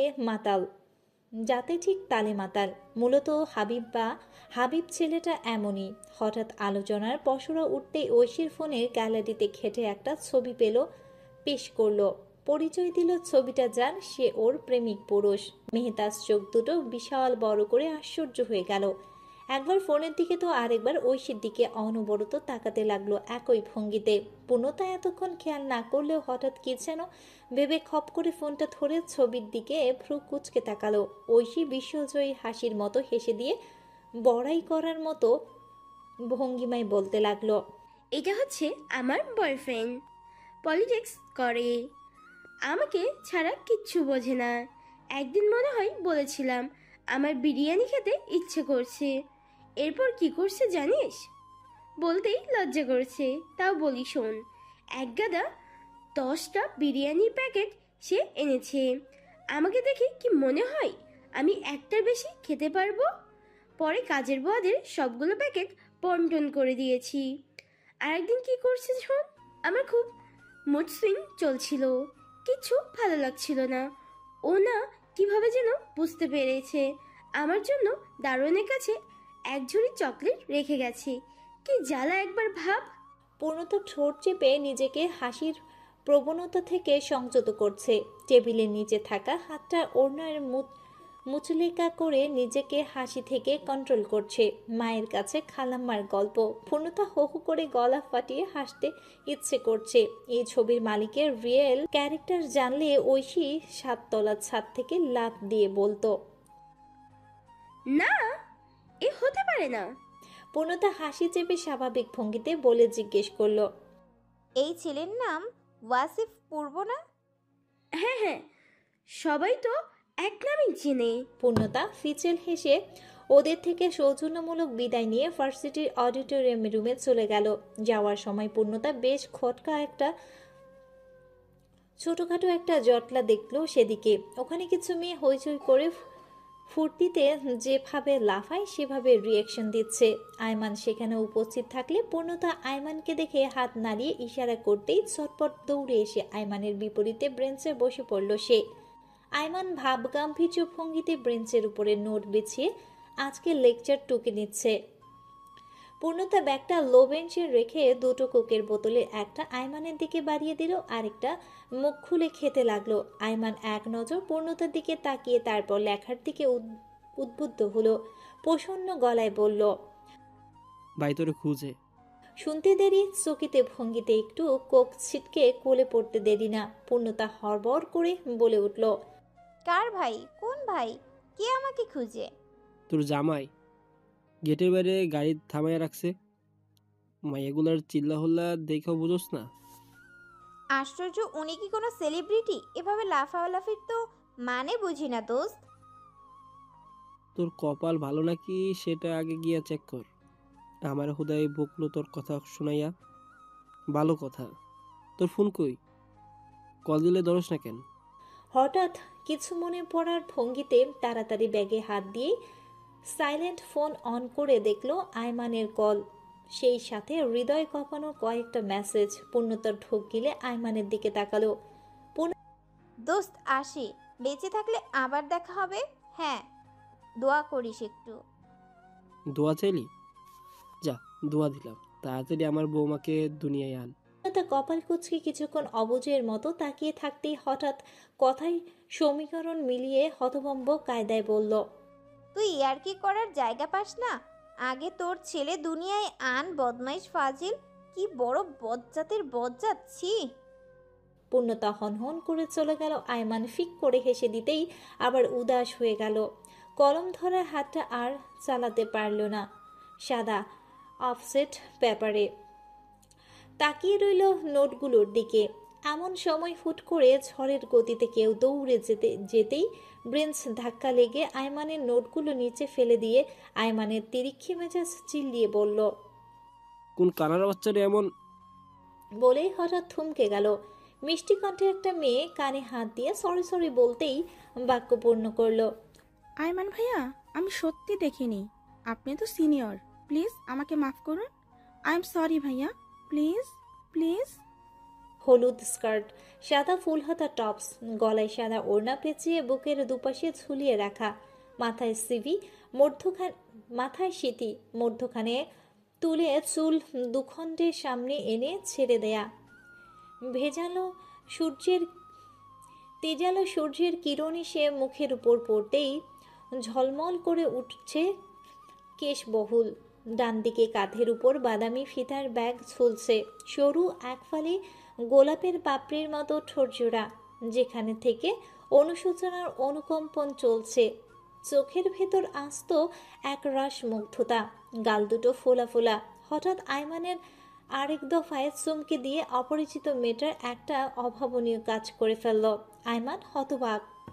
ভার্সিটির সামনে ছোটখাটো জটলা, রাস্তার অপোজিট গাড়িটা যেন সকল মেয়ের আকর্ষণ। পূর্ণতা গুটি গুটি পায়ে ভিড় ঠেলে বাইরে এসে রাস্তায় পা দিতেই হাতের সেলফোনটা ভাইব্রেট হলো। পা আর চালানো না পূর্ণতা। ফোনের দিকে নজর রেখে স্ক্রিনে ব্রাইটনেসটা বাড়িয়ে দিতেই দেখলো একটা নতুন message, pick a rickshaw and come at Bashundhara hall. Purnota স্পষ্ট বুঝতে পারল পূর্ব এখানে পাবলিকের সামনে লুকোচুরি করে দেখা করতে চলে এসেছে। মেসেজটা পড়া শেষ হতেই স্থির থাকা গাড়িটা শো করে চলে গেল। উপস্থিত জটলার মধ্যে দিয়ে হতাশার শ্বাস ফেলে ফোঁস করে বেরিয়ে এলো, মেয়েদের কানাঘুষা চলছে। ওয়াসিফ পূর্ব এখানে কেন এসেছে? প্রিন্সিপালের সাথে কোনো জরুরি কথা ছিল নাকি অন্য কোনো কারণ? কানাঘুষার রেশ আর বাড়তে পারল না। কয়েক মিনিটের ব্যবধানে আস্তে আস্তে ভিড় কমে গেল। পূর্ণতা একটা রিক্সা ডেকে কাঙ্ক্ষিত জায়গার উদ্দেশ্যে রওনা দিল। রিক্সা হুট তুলেই পূর্ণতা গুটিসুটি হয়ে বসলো, কিন্তু বারবার একটা বাইকের শব্দ তার কানে আসছিল। একবার, দুবার, তিনবার পর্যন্ত সে খেয়াল করে একটা বাইক তার পিছু পিছু ফলো করে আসছে। রিক্সা যেই দিকেই বাঁক নেয়, বাইকটাও সেদিকেই মোড় ঘোরায়। প্রচণ্ড অস্বস্তি হলেও হঠাৎ ভয় করতে শুরু করলো ওর। জীবনে এই প্রথম পূর্বের কর্মক্ষেত্রের দ্বারা নিজের ক্ষতি হওয়ার আশঙ্কা ভয় পেল। পূর্ণতা রিক্সাওয়ালাকে তথস্থ কণ্ঠে বলল, মামা, রিক্সা একটু জোরে চালান। আইসা আফা। কিন্তু রিক্সাওয়ালা সেই স্পিডে চলে, তাতে ওই বাইকটা যে কোনো সময় ওভাররেট করতে পারবে সে সম্বন্ধে হিতাহিত জ্ঞান আছে পূর্ণতার। শুকনো গলায় ঢোক ফেলে তাড়াতাড়ি ব্যাগ থেকে মোবাইলটা বের করলো। রিক্সার পেছনে যে খালি অংশটা থাকে সেখান দিয়ে দেখলো বাইকারের মুখটা কালো হেলমেটে ঢাকা। ওই দৃশ্য দেখে আর সামলাতে পারল না পূর্ণতা। যতটা তাড়াতাড়ি সম্ভব সে কল করলো আয়মানকে।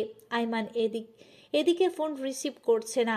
এমনটা কখনো হয় না। পূর্ণতা একবার বাধ্য হয়ে পূর্বের নাম্বারে ডায়ালে বসালো।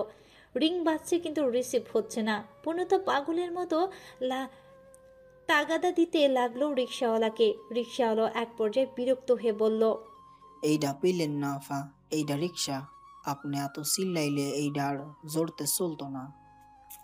পূর্ণতার মাথায় শুধু সেদিনের রাতের ট্রাকটার কথা মনে পড়ছে। সে সময় তো পূর্ব পাশে ছিল, তাই উদ্ধার করতে পেরেছে। কিন্তু আজ যে কেউ নেই, এই মুহূর্তে কিছু হলে কে বাঁচাবে? বসুন্ধরা হলের সামনে পৌঁছে ভাড়া চুকিয়ে অপেক্ষা করতে লাগলো পূর্ণতা। আশেপাশে কোনো মানুষ নেই। হলটাও দীর্ঘ সময় যা ভাটা পড়ে আছে। পূর্বের গাড়িও কোথাও দেখা যাচ্ছে না। রিক্সা থেকে নামার পর হঠাৎই যেন উধাও হয়ে গেল বাইকটা। আর দেখা সম্ভব হয়নি। মনে মনে পূর্বকে ভয়াবহ ভাষায় কথা শোনানোর ইচ্ছা হলো পূর্ণতার। কিন্তু সেই সাথে আকুল হৃদয়ের তীব্র উৎকণ্ঠায় পূর্বকে সে সাথে চাচ্ছিল। এই মানুষটা যতক্ষণ সামনে থাকে, মন, হৃদয়, আত্মা ততক্ষণ যেন শান্তিতে ডুবে থাকে। কোনো অজানা কারণে আর পারিপার্শ্বিক ব্যাপারে ভয় লাগে না। দুপুরের উত্তপ্ত সূর্যের দাপটে ঘেমে বেশ ভিজে যাচ্ছিল পূর্ণতার কপাল। কানের দুপাশ থেকে অবিরত ধারায় ঘাম চুইয়ে পড়ছিল। ছলছল করে উঠেছিল পূর্ণতার চোখ। রাগে হাতের মুঠোয় ওড়নার প্রান্তদেশটা মুচলেকা করছিল। আজ পূর্বের কঠিন ভাষায় বলেই দিবে সে অন্য 10টা সম্পর্কের মতো স্বাভাবিক হয়ে বাঁচতে চায়। মানুষের ভয় ও রাজনৈতিক শত্রুতার জেরে সে নিজের খুশিকে মাটি দিতে চায় না। পূর্বের অর্ধাঙ্গিনী হিসেবেই স্বীকৃতি পেতে চায় জনতার কাছে। এতে যদি একদল ক্ষতি করার জন্য উন্মুখ হয়ে থাকে, পূর্ণতা সেটাই মাথা পেতে নিবে। কিন্তু চোখ নিচু করে বাঁচতে পারবে না সে। ভাবনার চিন্তা প্রহরে হঠাৎই বিচ্ছেদ ঘটিয়ে পূর্ণতার অজানা ভয়টা আবারও কামড়ে ধরল বুকে। পূর্ণতা আশ্চর্য দৃষ্টিতে আগমন বাইকটার দিকে তাকিয়ে আছে। দুম করে তার পায়ের কাছে বাইকটা থামতেই পূর্ণতার হাত থেকে ফোনটা অজান্তেই পড়ে গেল। বাইক থেকে নামতে নামতে হেলমেট 2 হাত দিয়ে দিল ছেলেটা। পূর্ণতা সরু দৃষ্টিতে ছেলেটার কার্যকলাপ পর্যবেক্ষণ করছে। হেলমেট খুলে মাথা মৃদু ছাকিয়ে দিয়ে মিররে হেলমেট ঢুকিয়ে রাখতেই পূর্ণতার চোখ ছানাবড়া। না চাইতেও সে কপালে ভীষণ কুঁচকে চেঁচিয়ে উঠল, তুই? অপ্রত্যাশিত ব্যক্তিটির পায়ের কাছ থেকে ফোনটা তুলে পূর্ণতার হাতে ধরিয়ে বলল, হ্যাঁ আমি। অবাক হলি? এখানে কি করে? কিভাবে সম্ভব? এতক্ষণ তুই আমাকে ফলো করছিস রাজীব? হ্যাঁ করেছিলাম, কিন্তু অনুমতি নিয়েই ফলোটা করেছিলাম। আচ্ছা বল, কেমন আছিস? কি অবস্থা তোর? ছোট থেকে বড় হওয়া বন্ধুটা যখন নোংরা একটা কাজ করে, তখন তার মুখটা দেখতে প্রচণ্ড ঘেন্না করে। পূর্ণতার এখন সেটাই অনুভব হচ্ছিল।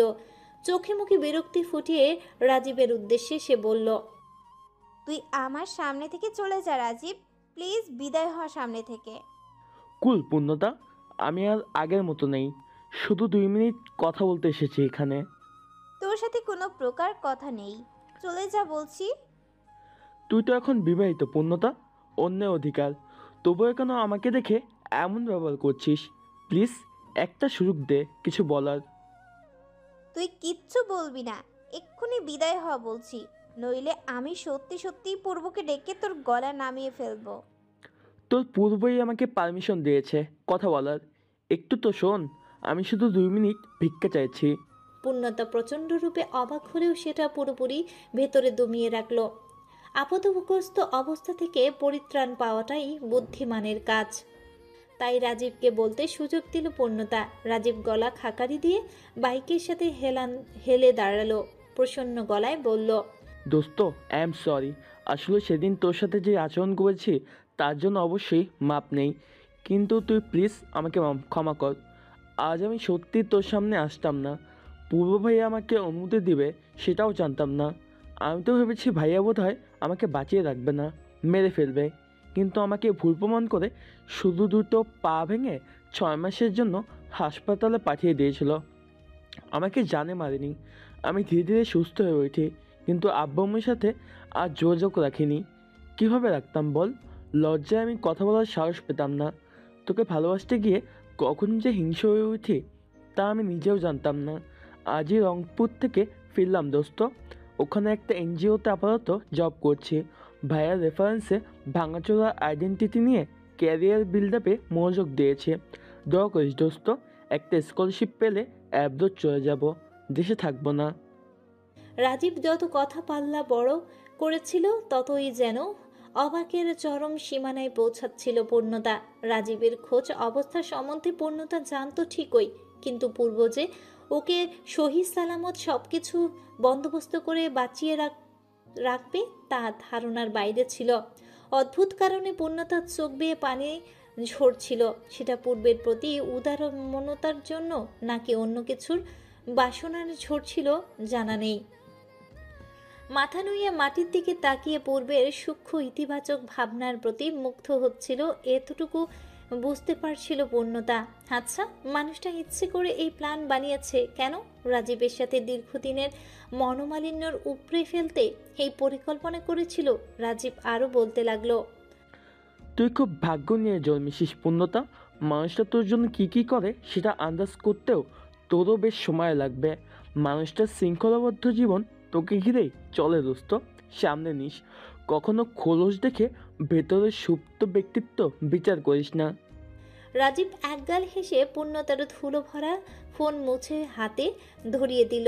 নির্লিপ্ত বাইকে উঠে হেলমেট পরতে লাগলো রাজীব। পূর্ণতা অশ্রুমাখা দৃষ্টি তখন রাজীবের দিকে। রাজীব বাইকে চাবি ঘুরিয়ে হ্যান্ডেল চাপতেই ডানে মুখ ফিরিয়ে হেলমেটের মুখ খুলে বলল, আজ আমি সবচেয়ে বেশি খুশি পূর্ণতা। বিশ্বাস কর দোস্ত, বুকের ভেতর থেকে কয়েক টন পাথর যেন নেমে গেছে। কি যে শান্তি লাগছে। অনেকদিন পর আজ শান্তিতে ঘুমাতে পারবো। আল্লাহ আমাকে দ্বিতীয় সুযোগ দিবে অভাবনীয় ছিল। আলহামদুলিল্লাহ দোস্ত, পূর্ব ভাইয়ের জন্য এতদিনের সব দ্বিধা দূর করে ফেলছি। শান্তিতে মরতে পারবো। আসি রে, আরমানের সাথেও দেখা করে আসি। আয়মান ভাইয়া প্লিজ, আপনি হাইপার হবেন না। আমি সত্যি না বুঝে কাজটা করে ফেলেছি। আপনি আমাকে যে কোনো শাস্তি দিতে পারেন, আমি মাথা পেতে নেব। আয়মান এই কথা শুনে আরও দুধাপ খেপে গেল। চুরির চুরি, আবার সোনা চুরি! ঠাটিয়ে 2 গাল বাজিয়ে দিতে ইচ্ছে করছে ওর। আয়মান মুখে গোমরা করে ফ্লোরে হাঁটু ঠেকিয়ে নোট পেপারসগুলো জড়ো করতে লাগলো। মেয়েটা লজ্জায় আর দাঁড়াতে পারছে না। সে জানে সিনিয়র ভাইদের সাথে পাঙ্গা পরিমাণ সত্যি ভয়াবহ হবে যদি র্যাকট্যাক দেয়। মেয়েটা উৎসট করে নোটগুলো গুছিয়ে দিতে লাগলো। আয়মান এক নজর তীক্ষ্ণ দৃষ্টিতে তাকিয়ে আবার মনোযোগ দিল নোটস উঠাতে। সবগুলো কাগজ উঠানো শেষ হলে মেয়েটা হাসি মুখে তার হাতে পেপারসগুলো বাড়িয়ে দিল। আয়মান খপ করে সেগুলো ছিনিয়ে নেওয়ার মতো টান মারল। মেয়েটা আরেকবার অপরাধীর মুখে বলে উঠল, আয়মান ভাইয়া, আপনি কি আমায় ক্ষমা করেছেন? দেখুন, আমি সত্যি কাজটা দেখে করিনি। আমার ফ্রেন্ডরা একজন পলিটিশিয়ানকে দেখে প্রচন্ড হইচই করছিল। লোকটাকে দেখার জন্য যাচ্ছিলাম, তখনই আপনার হয়েছে। ব্যাস ব্যাস, যেতে পারো। সিরিয়াসলি? সত্যি যাব? আপনি কি র্যাক দেবেন না? মেয়েটার কপটভাবে উত্তর দেওয়াটা প্রচন্ড বিরক্তির উদ্বেগ লাগছিল। আয়মান মুখ গম্ভীর রেখে বলল, আমি র্যাক দেওয়ার জন্য সিনিয়র হইনি, যেতে পারো। দয়া করে চোখ কান খোলা রেখে হাঁটাচলা করবে। আজ আমার জায়গায় শরীফদের দলের কেউ হলে এতক্ষণে নাকানি চুবানি খাইয়ে দিত। মেয়ে মানুষ, তাই সাবধান করছি, চলে যাও। মেয়েটা খুশি হলো আয়মানের ব্যবহারে। আখ বাড়িয়ে বিপদের সম্বন্ধে কোনো ছেলে সতর্ক করে না সহজে। যারা করে তাদের মন যেমন স্বচ্ছ তেমনই কোমল। আয়মানের প্রতি দারুণ ইমপ্রেস হলো মেয়েটা। ছোট্ট করে থ্যাংক ইউ বলতেই হঠাৎ দরজার মুখ থেকে কেউ ডেকে উঠল, সাবিহা, আর কত দাঁড়িয়ে থাকবি? ক্যান্টিনে আসবি না? আয়মান লোব্রেন্সে বসতে বসতেই দরজায় পাত্তাহীন দৃষ্টিতে তাকালো। 4-5টা মেয়ের দল নিশ্চয় একে সাবিয়া বলেই ডাকছে। তাহলে এই মেয়েটির নাম সাবিয়া। ডাকাডাকিতে শোরগোল বেড়েই যেতেই সাবিয়া পা চালিয়ে যেতে লাগলো বাইরে। তখনই আয়মান কিছু মনে পড়ার ভঙ্গিতে পেছন থেকে ডেকে বলল, এই সাবিহা। ডাকতে গিয়ে নিজের গলার স্বর শুনে বেশ চমক খেলো আয়মান। একটা অপরিচিত মেয়ের জন্য এতটা কর্তব্যপরায়ণ হওয়ার কারণ ঠিক বুঝে উঠতে পারল না। সাবিহার ডাক শুনে ততক্ষণে আয়মানের পানে চেয়ে আছে। আয়মান হাঁসফাঁস করতেই সাবিহার দিকে দৃষ্টি দিয়ে বলে, তোমার কলমটা কাইন্ডলি তুলে নাও। ধাক্কার কারণে হাত থেকে কলমটা বেঞ্চে পড়েছে। নেক্সট টাইম হাত পাও সচল রাখবে। আকাশের সূর্যের তেজ বড্ড প্রখর। শো শো করে বাতাস বাইরের বইলেও তা যেন আগুনের শিখার মতো উত্তপ্ত। দাপুটে রোদ্দের কারণে পূর্ণতা হলের সিটে বসে পড়েছে। পূর্ব এখনও আসেনি। কেন আসেনি সেটা ফোন করেও জানা সম্ভব হয়নি। পূর্ব সবসময়ের মতো কল রিসিভ করেনি। বহুদিন পর পূর্ণতার মন বেশ শান্ত হলেও চোখে অবস্থা অবসাদগ্রস্ত। শ্রেয়াকে খুব মনে পড়ছে ওর। সেই হাসি মাখা সহজাত মুখটা আনমনি ফেসে বেড়ায়। চোখের কার্নিশে হুট করেই অশ্রু জমায়। মনে মনে পূর্ণতা আওড়ায়, শ্রেয়া, তোকে খুব মনে পড়ছে দোস্ত। আজ রাজীবের সাথে সব হিসাব চুকে গেল। তুই যদি একবার দেখার সুযোগ পেতি। পারলি না রে। সারা জীবনের জন্য আক্ষেপ থাকবে। আমরা 4 জন আর কোনো দিনও আগের মতো হতে পারবো না। ছোটবেলার সেই 4 বন্ধুগুলো আর একত্র হব না।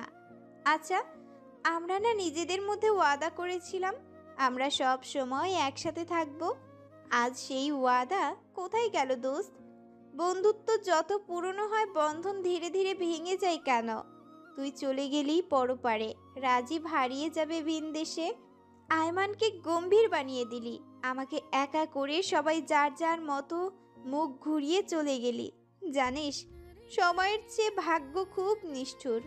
সময় একইভাবে চলতে থাকে, ভাগ্য কখনো এক রেখায় চলে না। আমরা 4 জন আজ 4 সীমানায় চলে গেছি। চাইলেও আর পুরনো দিন ফিরে পাবো না। আজ খুব করেই মনে পড়ছে কফি হাউসের সেই আড্ডাটা আজ আর নেই। হাঁটুতে মুখ গুজে শব্দহীন পরিবেশে অস্থির চোখ দুটো গাল ভিজিয়ে পানি ফেলছিল। মন খারাপের কারণ না থাকলেও কারণ ছাড়াই খারাপ হতে বাধ্য। মানুষের জীবনে ঈষৎ পরিবর্তন মানা যায়, কিন্তু অবস্থা পরিকল্পনা পূর্ব জ্ঞানে বোঝা যায়। কিন্তু হুট করে সবকিছু এলোমেলো হয়ে হারিয়ে গেলে সেগুলো মানা বড় দায়। নিস্তব্ধ সময়ে হঠাৎ মাথায় হাতে স্পর্শ অনুভব করলো পূর্ণতা। হাঁটু থেকে মুখ তুলে তাকিয়ে দেখলো তার কাঙ্ক্ষিত মানুষটাকে। সবসময়ের মতো মুখটাকে সার্জিক্যাল মাস্কে ঢেকে রেখেছে। পূর্ণতা ছটফট দাঁড়িয়ে পড়ে পূর্ব ওর দিকে রুমালটা বাড়িয়ে বলে, চোখ মুছো, বাচ্চাদের মতো কাঁদতে নেই, আসো। পূর্বর দিকে ড্যাবডেপে তাকিয়ে থাকতেই পূর্ণতার রুমালটা আনমনে হাতে নিল। পূর্ব পা ঘুরিয়ে চলে যেতেই হাত দিয়ে ইশারা করলো রাস্তার উপাশে থাকা গাড়িটা ফটাফট উঠতে। গাড়িটা কখনই সে রাস্তার উপাশে থেমেছে একটুও জানা নেই পূর্ণতার। পূর্ব গাড়ি পেছনের সিটে বসতেই দরজা খোলা রেখেছে পূর্ণতার জন্য। পূর্ণতা 1 পা 2 পা কয়েক পা এগিয়ে গাড়িতে বসে দরজা টেনে নিল। সামনের সিটে স্টিয়ারিংয়ে হাত রেখে ড্রাইভার বসা। পূর্ণতা চাইলেও পারছে না পূর্বকে একটু জড়িয়ে ধরতে। প্রচণ্ড অসহ্য লাগছে। কি করবে? মুখ ফুটে বলবে নাকি ড্রাইভারকে একটু বাইরে যেতে বলবে? হঠাৎ চিন্তার দোটানায় ছেদ ঘটিয়ে পূর্ব ড্রাইভারকে উদ্দেশ্য করে বলে উঠল, এখান থেকে চায়ের স্টল কত দূর? 10 মিনিট। এক কাজ করুন, স্টল থেকে কয়েক কাপ চা খেয়ে চাঙ্গা হয়ে আসুন। ড্রাইভার ফিচিল হাসি দিয়ে সিট বেল্ট খুলল। তার বস কোয়ালিটি টাইমের জন্য প্রাইভেসি চাইছে, সেটা ভালোভাবেই বুঝতে পারছে সে। তাই চুপচাপ গাড়ি থেকে নেমে উদাস ভঙ্গিতে যাত্রা দিল স্টলের দিকে। ড্রাইভারটা কিছু দূর চলে গেলে পূর্ণতার দিকে ঘুরল। জানালার পিঠে লাগিয়ে কানের দুপাশে হাত দিল পূর্ব। মাস্কটা খুলতে খুলতে বলল, ওভাবে কাঁদছিলে কেন? আমি দেরি করেছি বলে কাঁদছিলে, নাকি অন্য কোনো কারণ ছিল? পূর্ণতা মাথা নিচু করে কোলের উপর রুমাল নিয়ে গুটিয়ে পাকাচ্ছে। পূর্বের কাছ থেকে অনাকাঙ্ক্ষিত ভুলগুলো যদি ইচ্ছা করে হয় না, কিন্তু ছোট মনটা দুমড়ে মুচড়ে ভেঙে আসছিল। পূর্ব মাস্কটা এক হাতে পকেটে ঢুকাতেই অন্য হাতে পূর্ণতার হাত টেনে আঙুলের ভাঁজে মিলিয়ে ধরল। পূর্ণতা তখনও মাথা নিচু করেই আছে। পূর্ব একটু কাছে এনে পূর্ণতার মুখটা নিজের দিকে জোরপূর্বক ঘুরিয়ে নিল। কপালের চতুর্পাশে ঘেমে গলার কাছে টপ টপ করে পানি পড়ছে পূর্ণতার। পূর্ব এক পলক দেখতেই সামনের সিট থেকে টিস্যুর বক্স এনে এক গাদা টিস্যু নিল। বাম হাতে টিস্যুর কুণ্ডলি পাকিয়ে পূর্ণতার মুখ মুছতে থাকলে ডান হাতটা সামনে বাড়িয়ে এসে সুইচটা টিপে দেয়। পূর্ণতার থুতনি উঁচিয়ে চোখ ছোট ছোট করে কি যেন পর্যবেক্ষণ করার ভঙ্গিতে তাকিয়ে থাকলে অনাবশ্যক কারণে দুজনের চোখাচোখি হয়ে যায়। পূর্ব হাসি দিয়ে বলে, আমাকে কপি চলছে? আমার রাগের স্টাইল কপি করলে মারবো কিন্তু। এক দৃষ্টিতে তাকিয়ে থাকলে পূর্ণতা নিশ্চুপ, কোনো উত্তর নেই। জবাব দেওয়ার ইচ্ছাটা যেন শূন্য। পূর্ব টিস্যুগুলো জানালা দিয়ে ফেলে দিয়ে আবার কাজ উঠিয়ে দিল। পূর্ণতার দিকে বা চোখের ফ্রুটা উঁচু তুলে বলল, আচ্ছা, কি নিয়ে মুখ কালো করে আছো সেটা তো বলবে। পূর্ণতা নীরব দৃষ্টিতে তাকিয়ে থাকতে মৃদু গলায় বলল, আপনার উপর আসক্ত হয়ে পড়েছি কমরেড সাহেব। দিন দিন মারাত্মকভাবে আসক্ত হয়ে পড়ছি। এটা নেশা না ভালোবাসা সেটার বোধগম্য অবস্থা আমার মধ্যে নেই। যখন কাছে থাকেন আমার মনে হয় আর কিচ্ছু প্রয়োজন নেই আমার, কিন্তু দূরে গেলেই অজানা শূন্যতা ভর করে বুকে। আমি না বাজেভাবে ফেঁসে গেছি, চরম বেহায়া হয়ে গিয়েছি। মেয়ে হিসেবে আমার যতটুকু বিবেকবোধ থাকা প্রয়োজন সেটুকুও নেই।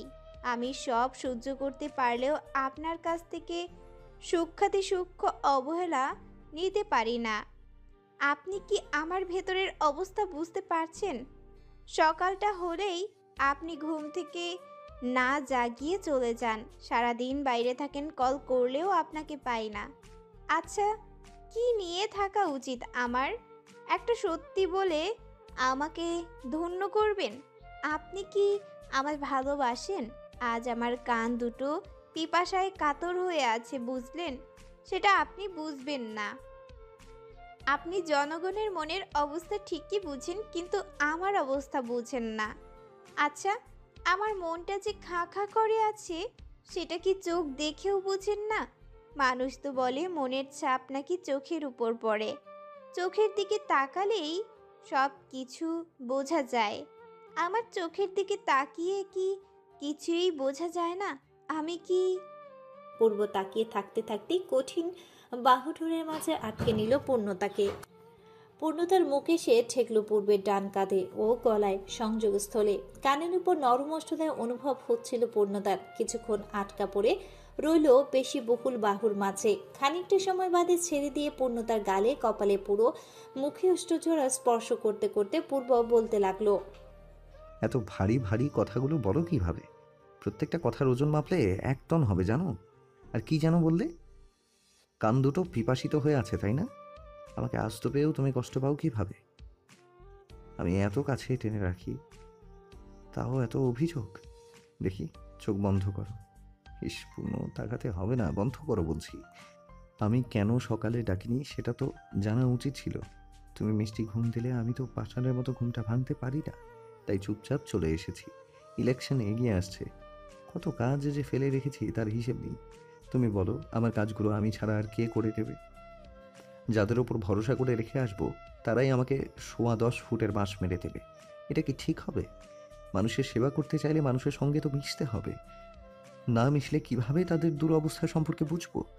সরকারের জন্য যারা কাজ করেছে অ্যাকচুয়ালি তারাই ক্ষতি করেছে দেশের। আমি সব বুঝেও কোনো অ্যাকশন নিতে পারি না। আমার মূল কষ্ট এটাই। কিন্তু তুমি কি করে প্রশ্ন তুললে আমি তোমার অবস্থা বুঝি না? তোমাকে এটুকু অ্যাসিওর দিতে পারবো, তোমার মায়ের চেয়েও আমি তোমাকে এনাফ বুঝতে পারি। আম্মাজান অনেক কিছুই তোমার সাথে খারাপ করেছে পূর্ণ, সেসব কথা অতীত ভেবে মাটি চাপা দিলাম। কিন্তু আমি চাই না তোমার উদাস মস্তিষ্কে ভুলবশত কোনো কলঙ্ক লাগুক। আমি যতদিন বেঁচে থাকবো ততদিন তোমার হয়ে আছি এবং সদা সর্বদা তোমার থাকবো, এটুকু গ্যারেন্টি আমি দিতে পারি। আমি পুরুষোচিত মনোভাবের হয়েও একটা কথা বলতে চাই। আমি এক নারীতে সন্তুষ্ট। ভালোবাসতে হলে সেই নারীকেই বারবার আজই জানিয়ে চাইব।